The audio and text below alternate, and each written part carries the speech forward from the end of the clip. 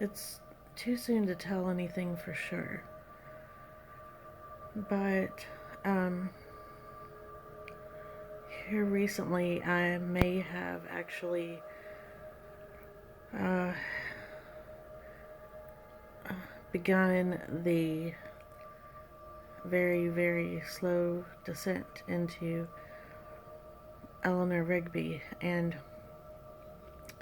I realize that that sounds a little dramatic. And I don't mean it to be. I'm really just trying to document how this happens, and a lot of changes happen in increments, but sometimes something just snaps you into a change. And I've had a situation going on since the beginning of the year that I'll talk more about at some point in detail, but let's just say this last weekend kind of pushed me into a place that I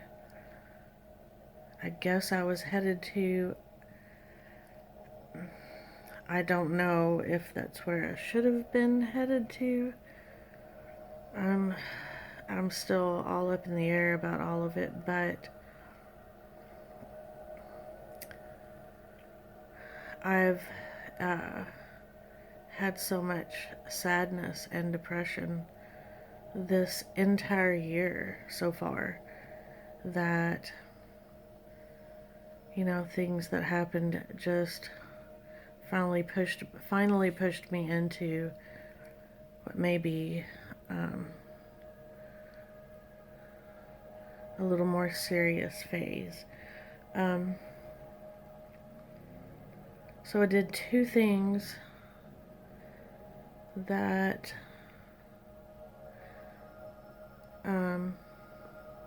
are significant.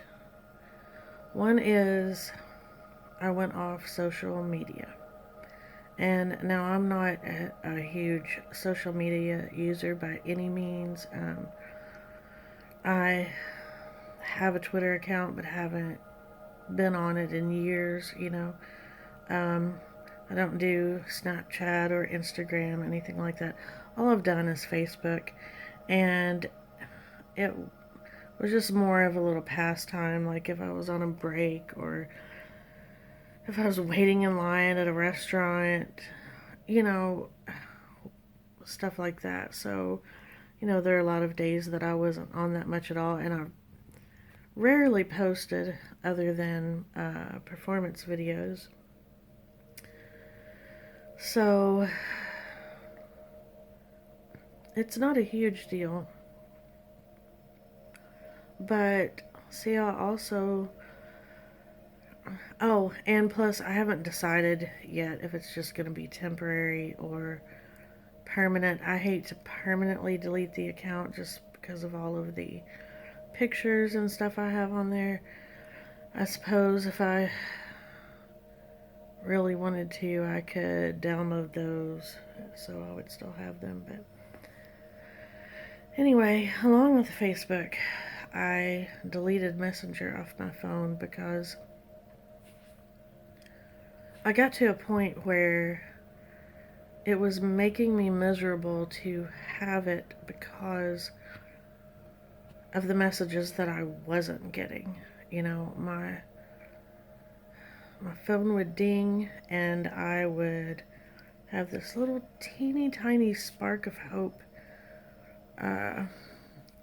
and turn on my phone and look and see who it was, and it was never who I wanted it or needed it to be. And it's just like I got tired of the roller coaster ride, of having this like a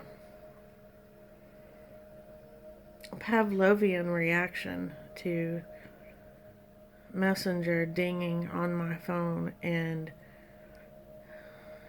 a Pavlovian reaction of hope, and then having it crushed over and over and over. I couldn't do it anymore. So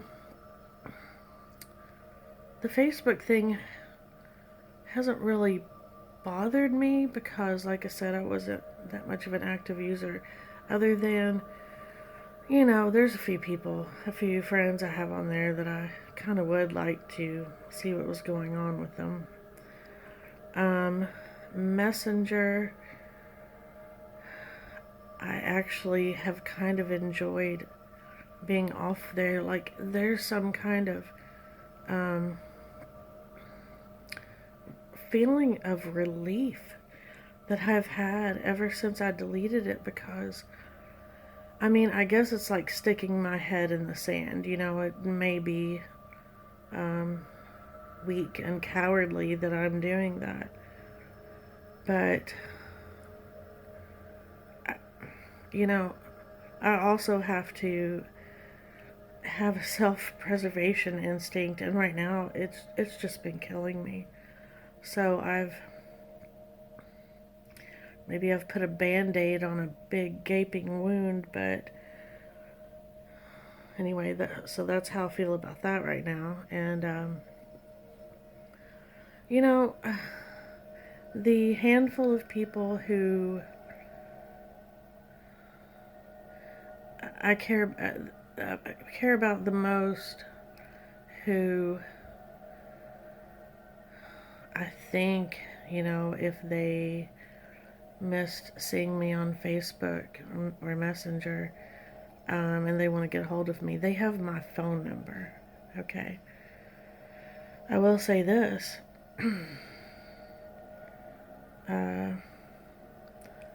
None of them have tried to get a hold of me, other than Mom, and that's my mom, right?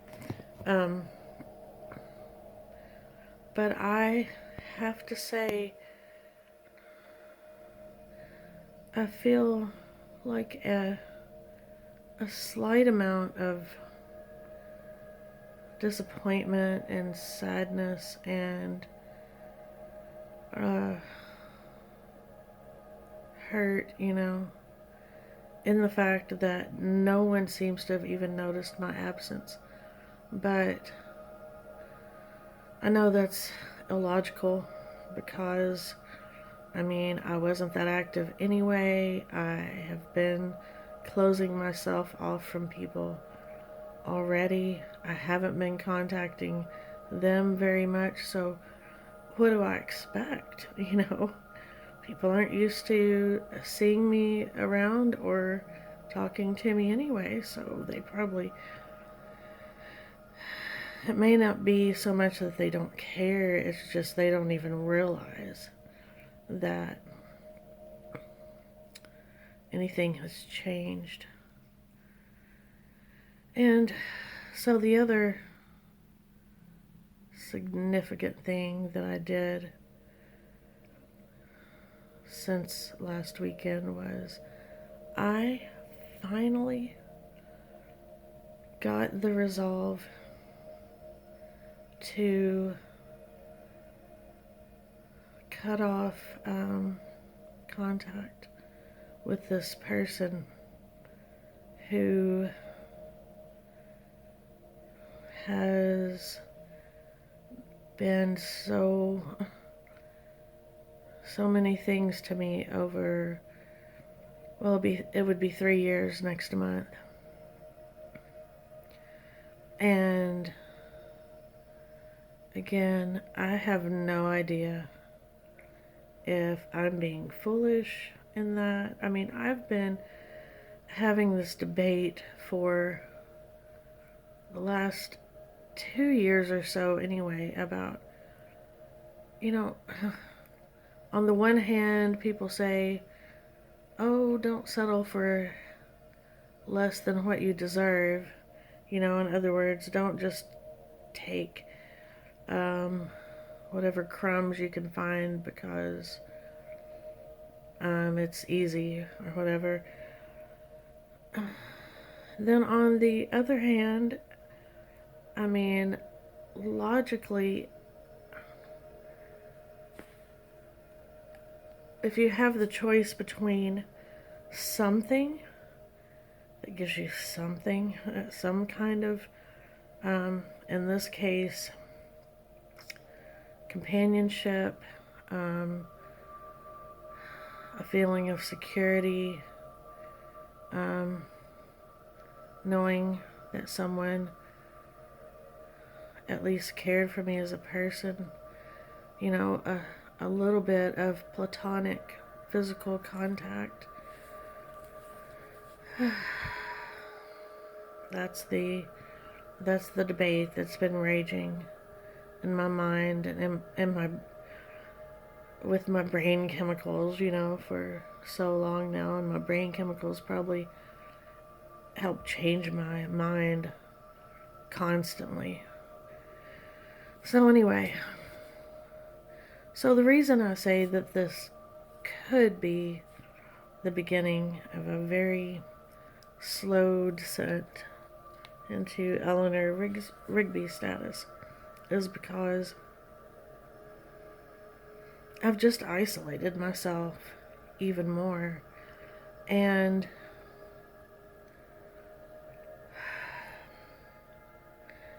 I've quit talking to people at all. And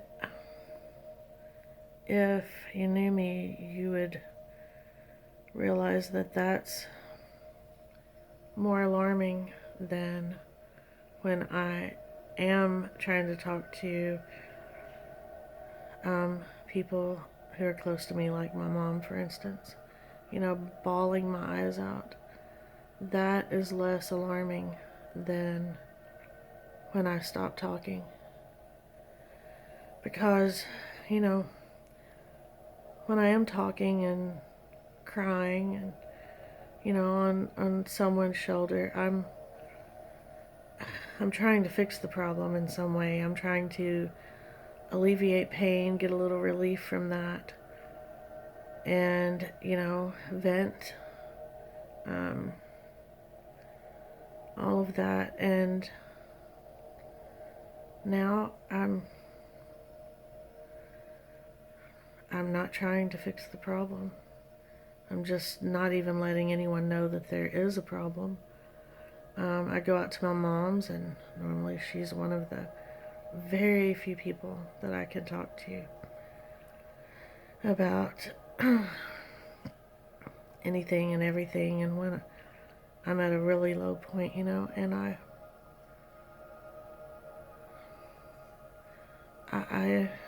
just haven't told her anything lately. I'm tired of being a burden. I'm tired of going to my friends and family over and over for the same basic intrinsic problem. It's shameful. I feel, in a way, cowardly.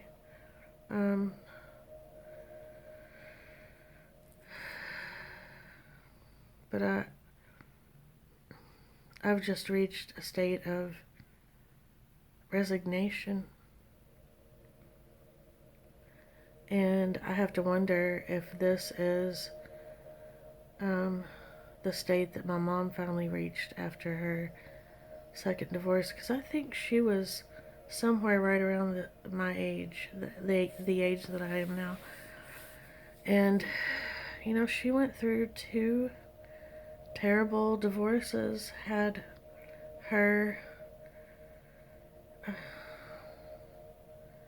everything, her heart just torn to bits, you know. And she finally just decided, you know, I'm not ever gonna find love. So I'm just done, and I'm just gonna be by myself, and I'm gonna garden and, you know, do things with my grandkids and kids and whatever. And she seems to be content like that. And I have felt, you know, the last several months that she's been trying to push me in that direction.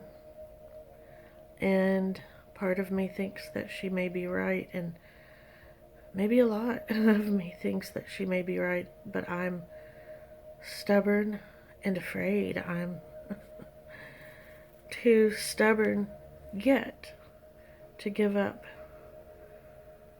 hope of finding love, companionship. I'm not ready to give that up 100% yet, but I'm headed there. And I like to think of a couple of Pink Floyd phrases to describe how I feel most of the time. It's somewhere between hanging on and quiet desperation. That would be the low end of normal for me, and the high end would be comfortably numb. And that's really where I am right now. Like, I mean, thank God for the 2018. I've got all kinds of mind-numbing entertainment to numb my mind. Between Netflix, games on my phone,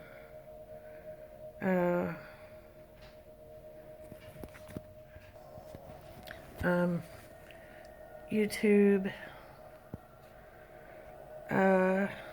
I mean,